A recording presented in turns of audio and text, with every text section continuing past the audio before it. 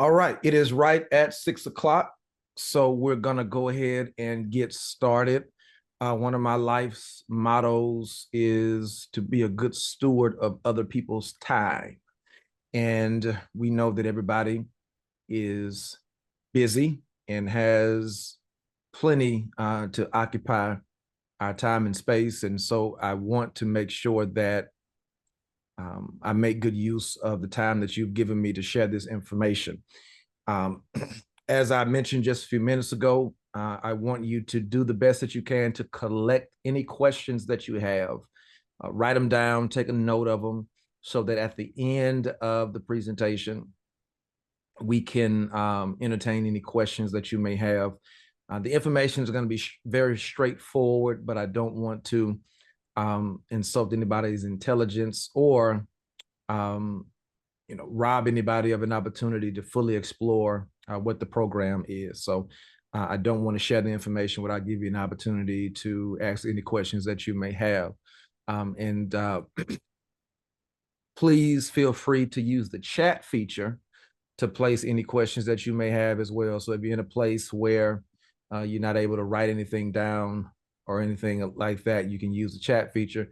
And again, at the end of the presentation, I'll come back and I'll try to recollect as many questions as we possibly can. If you're on the call tonight, you are exploring interest in credit for prior learning. And I'm so excited that you're doing so because it is a very hidden gem. Because as adult learners who are going back to get their college degree, which many of you, if you're on this call, you fit that description, that's what you're doing. And one of the things that happens a lot is we go back to school and we typically have to go through coursework and classes in which the information becomes redundant because as adults, we've already learned it in other aspects, whether it be job related, life experience, whatever the case may be. And what Credit for Prior Learning does is allows you to take advantage of that life experience and use it towards your degree. So to give you a more descriptive definition of prior learning, credit for prior learning. Credit for prior learning is a rewarding process through which students, excuse me, document their learning experience to earn college credits. A portfolio is built by matching a college course within a declared Wiley University degree program with the knowledge and skills gained by professional or life experience. So that includes work, volunteerism, independent self-directed study, travel, military, whatever the case may be.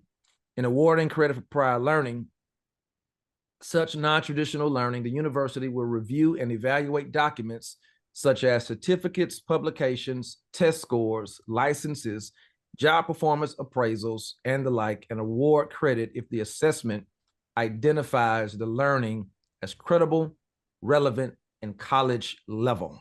So basically, this is your general definition of what credit for prior learning is. You can screenshot this. We are going to send a copy of the PowerPoint as well as the recording to you. But for those of you who want to be proactive, you can go ahead and screenshot that understanding of exactly what credit for prior learning is. So to make a long story short, credit for prior learning uses your life experience and your work experience to go towards your college degree. The benefits of credit for prior learning are summarized into three categories. The first benefit of credit for prior learning is that it provides an opportunity to acquire college credits based on work-life experience, which we just explained. Number two, it reduces the amount of time required to earn a degree by up to 1 academic year. And we'll talk a little bit more about that towards the latter end of the presentation. But basically, you have the ability to earn up to 24 semester credit hours via credit for prior learning, which of course 24 semester credit hours is typically broken down into 2 semesters where you typically take 12 credits per semester, which is the equivalent of 1 academic year minus summer school. So when you think about that, just consider the fact that if you're in a 2-year program, by utilizing and taking advantage of credit for prior learning, you can cut that program down into 1 year. For those who are in a 4-year program, you can cut that reprogram down into 3 years simply by utilizing credit for prior learning. And then finally, there's the cost perspective. The cost perspective is that credit for prior learning significantly reduces the overall cost of your education. And we'll talk a little bit more about that when I get into the cost breakdown, but nevertheless, just to give you a simple overview of the cost, any course that you successfully petition out of through credit for prior learning, rather than paying the full tuition for that course, you will pay it at a reduced rate, which is going to almost reduce your tuition, at least for that course, by almost 70 to 75%. So it's basically becomes a de facto scholarship when you really look at it, if you're successful in applying for it and petitioning. So how does credit for prior learning work?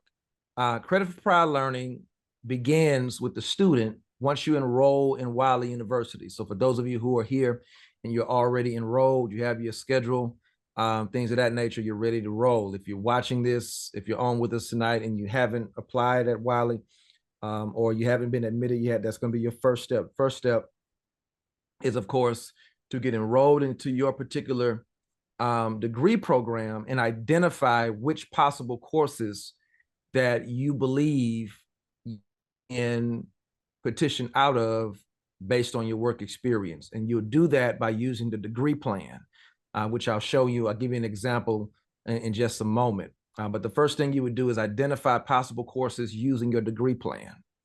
Once you identify which course you believe you can petition out of based on your work experience, you will submit an application for assessment and pay the applicable fees. There is a fee associated with the application, and there is a fee associated with the assessment. The reason there's a fee for the assessment is because the individuals that are certified to assess credit for prior learning, of course, it is not directly a part of their job. And so in order for us to compensate those individuals, there has to be an assessment fee.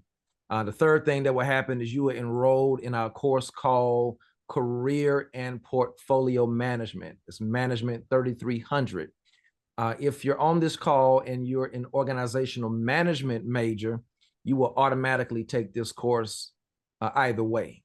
If you're on and you are not an organizational management major, you will have to take this course, but you can use it as an elective on your degree plan. But in order for you to petition for credit for prior learning, you have to take this course, because it is this course that will teach you how to create your portfolio that will be used to assess your prior learning.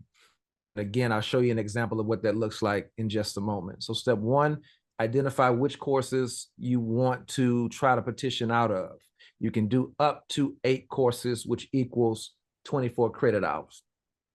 Number 2, you will submit your application for assessment and pay the fees.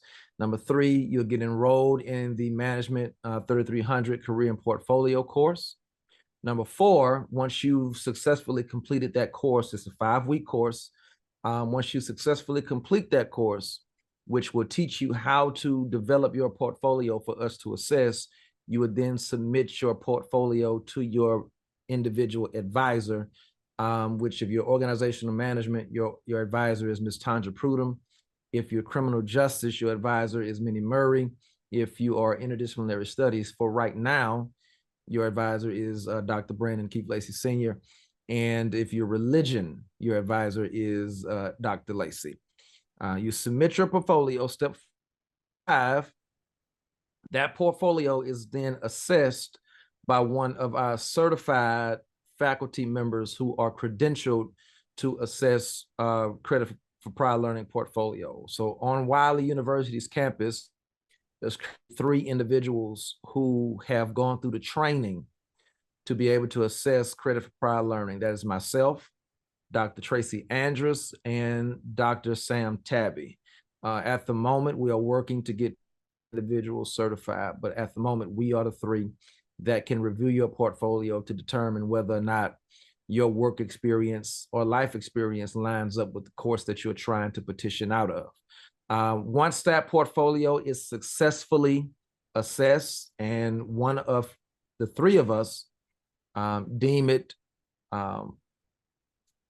satisfactory that you can get course credit for that work experience, we will then send that portfolio to the registrar's office so they can add that course credit onto your course transcript. And it's really that simple.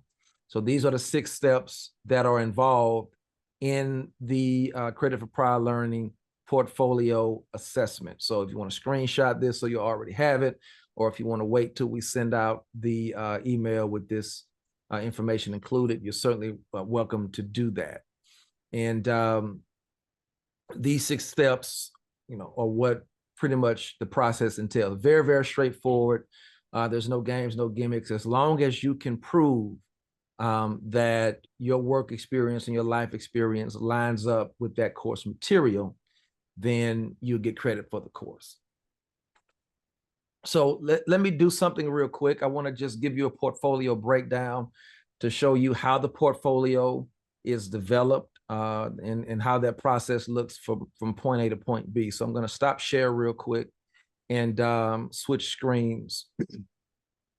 All right, so this is an example portfolio, which is an example of what you would submit in order for us to assess to determine whether or not you can get course credit. Let me back up just a little bit, because the first thing that I want to do is I want to show you how you will identify a course that you would like to petition out of. So every course that you take is going to have a course syllabus, right? That's one of the first things your instructor should give you, or it should be located somewhere within your course shell on Canvas.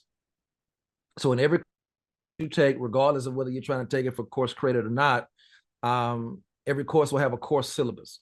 On every course syllabus, you'll see these 2 sections. You'll see a course description and you'll see course objectives. So for example, this course syllabus is for a world religion course that I teach here at Wiley University. So if there's a religion major who looks at this course syllabus and they want to determine whether or not this is a course that this material they've already learned it, they know it, whether it's from years of preaching and ministry or whatever the case may be. The 2 areas that they want to look are here: course description and course objectives. You want to know what the course description is, because the course description is going to tell you what that course is about. The course objectives are going to tell you everything that you are expected to know and learn once that course is completed. So if somebody like myself, who's been in ministry for 20 years, all of a sudden I go back to school to get my bachelor's degree in religion, and I find out I have to take religion. If I read this and I say to myself, well, these are things I already know. I've learned this, whether I've taken other courses in it, whether I've done my own self-study, whether there's some training in my church that I did. A lot of churches do Bible study and they talk about world religion, so this is stuff I already know. For example, identify the major texts in historical context, central religious figures, and ideas of the world's great religions. Well, after 20 years of ministry, I pretty much can answer this question without going through a 16-week class. And the more I read these different objectives, recognizing concepts and issues basic to the academic study, the more I read this, I'm saying to myself, I can probably petition out of this course. There's no point in me sitting 16 weeks to relearn this material when I already know it. So these 2 things tell me that there's a good chance if I go through the process, I'll probably get course credit for this course, right? So the next thing that I want to do, now that I've identified a course that I feel like I can petition out of, the next thing I want to do is I want to submit the application. Along with the emails that I send you guys with the recording and the PowerPoints, I'm going to go ahead and send you the application for Credit for Prior Learning, and it'll look like this. And you just fill this application out. You can submit it directly yourself, or you can submit it to your advisor, either one. If you submit it to your advisor, they'll make sure that I get it. And this section right here will indicate which courses you want to petition out of. So I'm going to write world religion here, and there are spaces for 4. So if you want to do more than 4, you can just get 2 forms. You only have to pay 1 application fee, no matter how many courses you try to petition out of. The application fee is $25. There's also a course assessment fee that's $125. So you will submit the $25 along with this petition. You don't pay the $125 until you're ready to submit your portfolio. So you don't have to pay the whole $150 up front. You can just pay the application fee. Again, no matter how many of these you submit, there's only 1 application fee. And then there's only 1 assessment fee. So we're not doing assessments per course. We're doing assessments per student, right? And so you pay the assessment fee when you are ready to turn in your portfolio. We will not do the assessment without the assessment fee. There's also a student acknowledgement form that you will submit along with your assessment, not with your application, but with your assessment. And this just signs off giving us permission to evaluate your portfolio, right? Once you've done those 2 things, and you successfully completed the Career and Portfolio Management course, which again is only a 5-week course. If you're an organizational management major, you have to take it anyway. So there's nothing lost there. If you're not an organizational management major, we will use that course and add it as one of your electives. So there's still no loss. At the end of your course, you will learn how to create this portfolio. What this portfolio will include is, number 1, a cover letter and a resume. Along with the cover letter and the resume, the cover letter just tells us what you're trying to do with this portfolio, which is to use it for course assessment, the same way you would create a course cover letter as if you were submitting that resume for a job. You would include a copy of the syllabus. So the same syllabus that you use to determine whether or not you wanted to petition for course credit, you will include that syllabus in your portfolio. For every learning objective in that syllabus, so remember these course objectives, for each one of these, you will create what's called a learning narrative. So you will write for each one of these a narrative on why it is and how it is you believe you've already obtained these objectives in your work experience. So on this syllabus, we have 6 course objectives, which means I should have 6 minimum 1-page narratives for this portfolio. All right. The more you can include, of course, we don't want you to ramble, but the more information you can include that's verifiable and substantial, the stronger your portfolio is. So you want to include 1 narrative for each learning objective. And as you see, this individual, there's an introduction as well. I forgot to mention the introduction. So there's an introduction that pretty much tells us an overview of your work experience. So all the work experience that you plan to include as an overview of your portfolio, you're going to include it here. And then after the introduction, you're going to go one by one of your learning narrative. So for example, this person is writing about the role of a supervisor. So if we go back to the beginning of this portfolio, we will see that one of the learning outcomes for this class, this person is trying to petition out of principles of supervision. So this is somebody who's been a supervisor before prior to coming to school. And so now they're trying to say, well, I've already been a supervisor for 10 years. I shouldn't have to take principles of supervision. let me petition out of it. And one of the first learning objectives is the role of a supervisor, as you can see here. So what he does is he writes a narrative here on the role of a supervisor and how his experience as a supervisor translates over to him understanding what a role of a supervisor is. And he goes one by one. For every learning objective, he has at least 1 page narrative. So I hope that kind of makes sense. So right here, we see formulating objectives, form plans, and assigning tasks. And we see that as the second learning outcome for this course. Formulate objectives, make action plans, and assign tasks. So I'm not going to go through each of them because this individual had to write 6. So you see 6 learning objectives. He's going to have 6 narratives on how his work experience covers that topic. The next thing that he's going to do is he is going to include, after he's done all of his narratives, he's going to write a conclusion summarizing everything that he just wrote. Then he's going to include letters of recommendation from his employers, right? So we have our cover letter, our resume, our introduction, a copy of the syllabus, then our introduction, a narrative for each learning objective. And once all of your learning objectives have been narrated, you create a conclusion. And then you want to get as many letters of recommendation from reputable people that can verify that work, right? So this letter of recommendation came from an individual, the individual that he served as a supervisor under, right? So everybody's, depending on what the class is, that's going to look different for different people.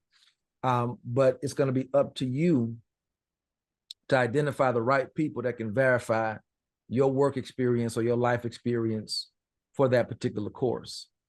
There is no limit to how many letters of recommendation you can get, but the more and the more reputable, the better. I wouldn't recommend family members for something like this because we're going to look at it and we're going to say, well, of course, a family member will recommend you because they want you to get the credit. We want it to be from somebody that's not necessarily a family member, unless that family member had a very intricate role in that particular aspect of your work experience or life.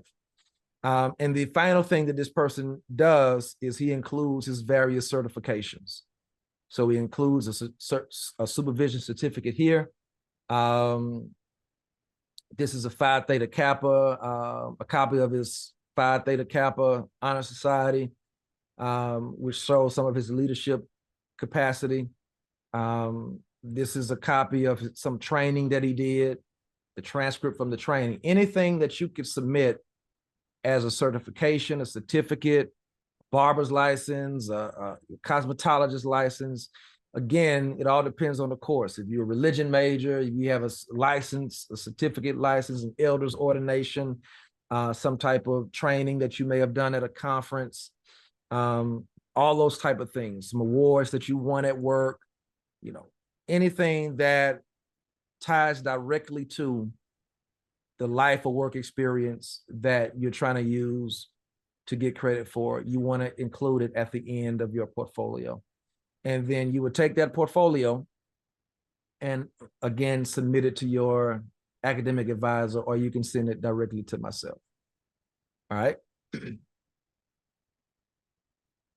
Once that is done, we will take it and we will use the following rubric to grade your portfolio. And so it's not us just sitting down saying yes or no. We use this to grade it and determine how many points you get for each section. And as long as you make a 20 or above as a score, we would then take your portfolio and pass it over to our registrar's office, and then we will award you course credit. The dean has to sign off on it. The registrar's office will sign off on it. The vice president of academic affairs will sign it. And then finally, our registrar will sign it. And it will show up on your transcript as credit for prior learning. And that's really how the entire process goes. Just to kind of reiterate the cost structure, the $25 application fee is paid up front. The $150 assessment. So I may have misspoke on that earlier. I think I said 125 early, but it's actually 150. So you're paying $175 total for the assessment. That's due with your portfolio submission. Now, I talked about discounted tuition, and this is the beautiful part of it, because any course that you petition out of for your credit for prior learning, you get that course at a discounted rate. And so you only pay $60 per credit hour for credit for prior learning, which typically comes out to $180 per three credit course. Now, for those of you who don't know, for the adult degree completion program, you typically pay somewhere around $1,200 for a course, right? So I want you to consider the financial ramifications of paying $1,200 for a course versus paying $180 for a course. I already got my degree, so I don't do a lot of math no more. But I'll let y'all do the math on that. And you can just imagine, you know, how much money you can save over time by taking advantage of credit for prior learning. So when you take that 180, and let's say you're somebody who can maximize the full allotment of credit for prior learning, which again, you are allowed to petition out of up to 8 courses. So you take 8 and you multiply that by 180, you know, you paid for 8 courses for almost what you would have paid for 1 course, assuming that, you know, you're successfully able to petition out of 8 courses. Not everybody is going to be able to do all 8. But I mean, to be able to get out of anything and speed your process up towards your degree is something that's substantial. Before I go into question and answer, I do want to reiterate that these fees, the application fee and the assessment fee, is non-refundable, right? So if you try to petition out of a course and you're unsuccessful, so let's say one of us look at your material and we decide that based upon this, or based on the rubric, it is determined that you do not get awarded credit for that course, you do not get the 175 back. So you want to be very mindful of that as you are doing this. You don't want to just randomly start trying to petition out of courses.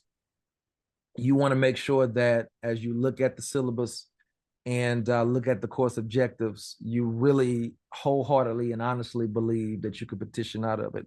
And if need be, you can always talk to one of us prior to doing it. I certainly don't mind sitting down with anybody and listening to your story, looking at your information and determining whether or not I believe it's worth exploring credit for prior learning. I can tell you whether or not it's a wise decision. I can tell you whether or not you probably won't be able to justify it. So I certainly don't mind doing that. But just keep in mind that all of these prices are non-refundable.